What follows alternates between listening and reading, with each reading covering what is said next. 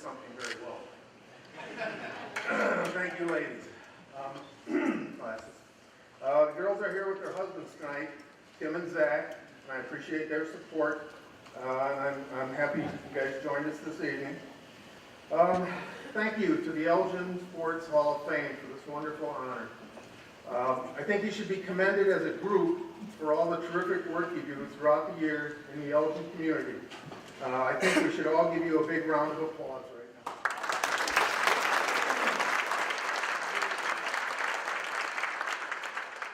I'd like to add my congratulations to tonight's recipients. It's a great group of people, and it is a well-deserved honor for everyone. Special thanks to Coach Ray Haley, Mark Sharp, Ron Lang for their efforts and support to bring this evening about for me. Sports have been such an important part of my life from early childhood to the present day. Sports and the people who influenced my life helped develop me as a person and an athlete. Mom and Dad were always there with support. My sister Carol, a Larkin graduate, is here tonight with her husband Dave. Wave to everybody. I'd like to thank Carol for being my first tackling dummy. Many backyard football games, and obviously no post-concussion syndrome, and on most days she's practically normal. So thank you, Carol, for your effort.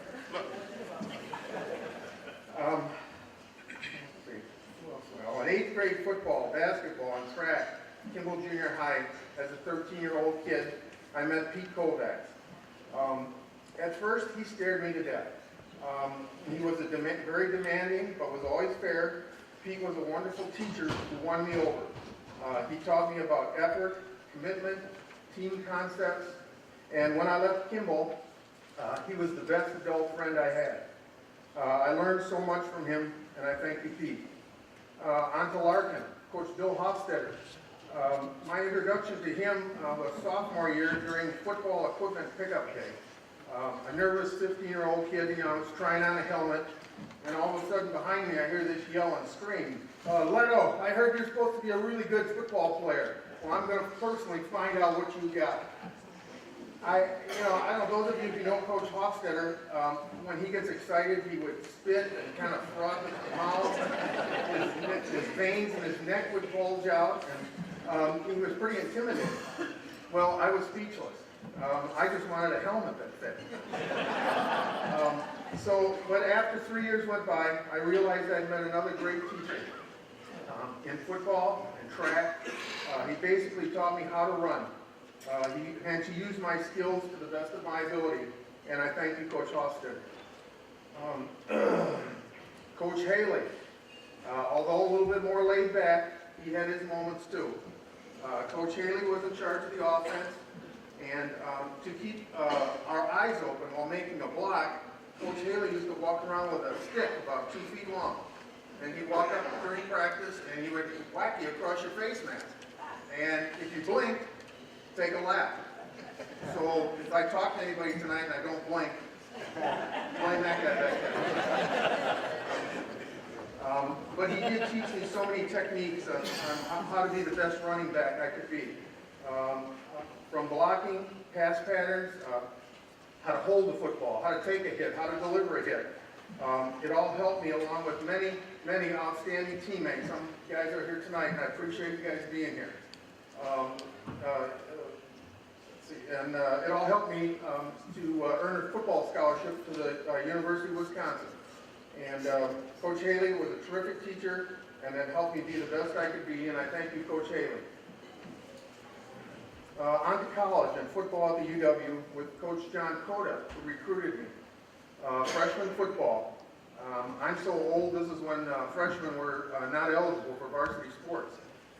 We had our own schedules, which went well, new friends, new coaches. Sophomore year, third game of the season against Michigan State, tore knee cartilage in my knee. After surgery, was out for the season. Preseason, my junior year, tore another knee cartilage, surgery, rehab, then finished the second half of the season. Following spring game, another knee injury, third surgery. So at the beginning of my senior year, I was physically and mentally done. My My head coach at that time, John Jardine, gave me a wonderful opportunity to be an assistant coach on the freshman team. Coach Jardine gave me a wonderful learning and teaching experience, and I thank him for those years. Again, on this sports-related journey, it's all about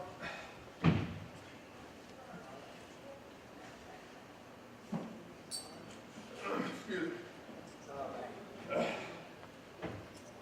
I knew I wasn't going to get to this part. It's about the people that I met.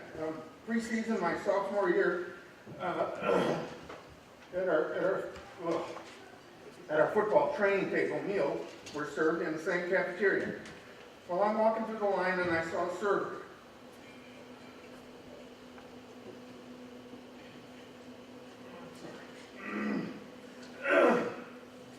She had a hairnet on, rubber gloves, a yellow uniform, and I knew she was an extremely attractive person, and I wanted to meet her. And as you see, I had trouble with very attractive, talking about very attractive people. But since there was no fraternizing during our football gathering, naturally I began to stalk her. So I went back, needless to say, that year I went back with many extra helpings of food. But I was observant enough to see the name tag, Vicki Phillips. When school started, I checked the student telephone directory, and her name was there.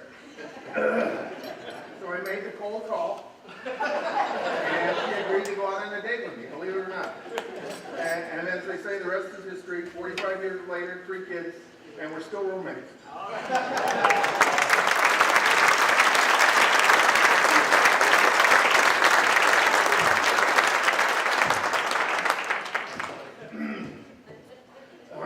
Sports are always a part of my life. And for years of participating in softball, racquetball, biking, competitive stair climbing with my son.